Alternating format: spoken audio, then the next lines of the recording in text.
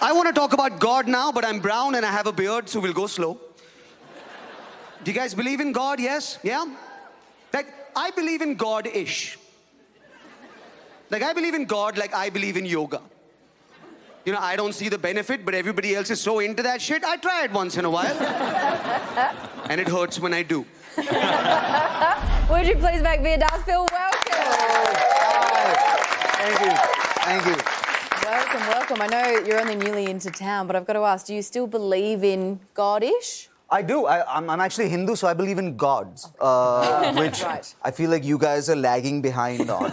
You complain that you only see your family once a year. It's because you only have one god. Many gods means many festivals. You see your family multiple times. But you guys, you should believe in God. You won a soccer match last night, so finally I saw you guys, you know. Yes. Yeah. It was definitely a miracle. There's no doubt about that. Yeah. This stop in Australia Yes. is, you've been doing a massive, massive world tour. ma'am. How's it all going? It's been going great. I went to 29 countries this year. We did 178 shows. And then it was, we flew 16 hours to Melbourne, spent another 10 hours at your airport, and then got out, which was fun. I'm so sorry. There was a dog, and then we were sent into this line, and then the dog sniffed every bag. Yes. Yeah. And got super interested in this one bag, and then they opened it up, and it was food. I won't say from where in the world, but one of the places that has tasty food. Yeah. So you were sent to the brown people line. Yeah, exactly. Brown people line. And then you just kind of realize it just the dog isn't fed very good food. So I feel like if you guys feed your dogs tastier foods at the airport, we can speed this whole airport up a little bit. So please do so. The show's called Wanted. Yes. What can we expect from it? Nudity? No, I'm kidding. It's a show about trying to find miracles in the world and in this modern world as well. So it begins with childhood, and I think you know that in childhood, miracles are introduced to you by your parents, right? So whether that's the Tooth Fairy or Santa Claus or tax refunds, your parents bring those to the table. So it begins with a story about how when I was a child, my father and I, we were sitting on the balcony and looking up at the stars. And I was like, Dad, what are the stars? And it's just about how parents lie. My dad, without missing a beat, is like, there's a bright light up in heaven, used to blind human beings. So God put a black chart paper between heaven and earth, then took a pencil and punctured holes in the chart paper, which became stars.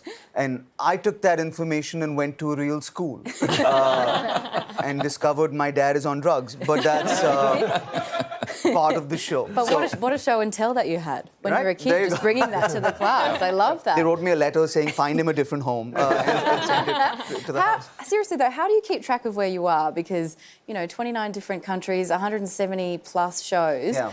Is that must be difficult. As a brown man with a beard, you remember the places you get treated well. Let's put it that. So a few places pop in the world, but no, it's.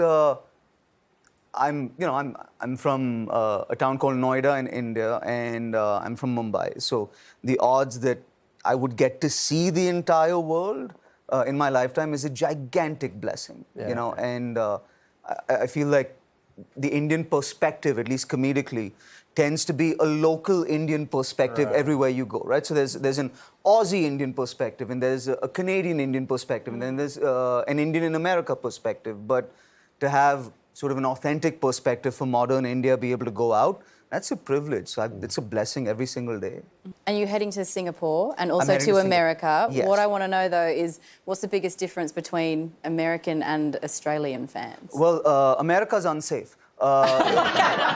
Is largely and I don't mean that in a people kind of sense, but if you drive through America, it's all these lovely woods and forests, which is you're basically driving through the setting of every true crime documentary you've ever seen. America is miles and miles where you can bury bodies interrupted by cities.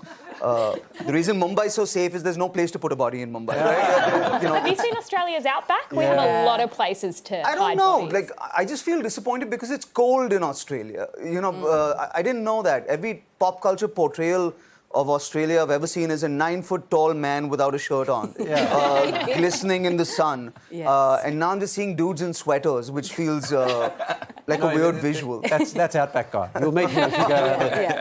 Hey, we've got to mention, you do a bunch of Bollywood films, which is you're basically one of the biggest stars in the world. Because No, once no, you're no, in no, no, no. Hey, when you're in Bollywood, that's it. You're one of the biggest stars in the world. Yeah. Sure, I'm allowed into Bollywood movies to do small things and then leave. Is the best way to different put from Hollywood? it. I believe we're making better content in Bollywood right now.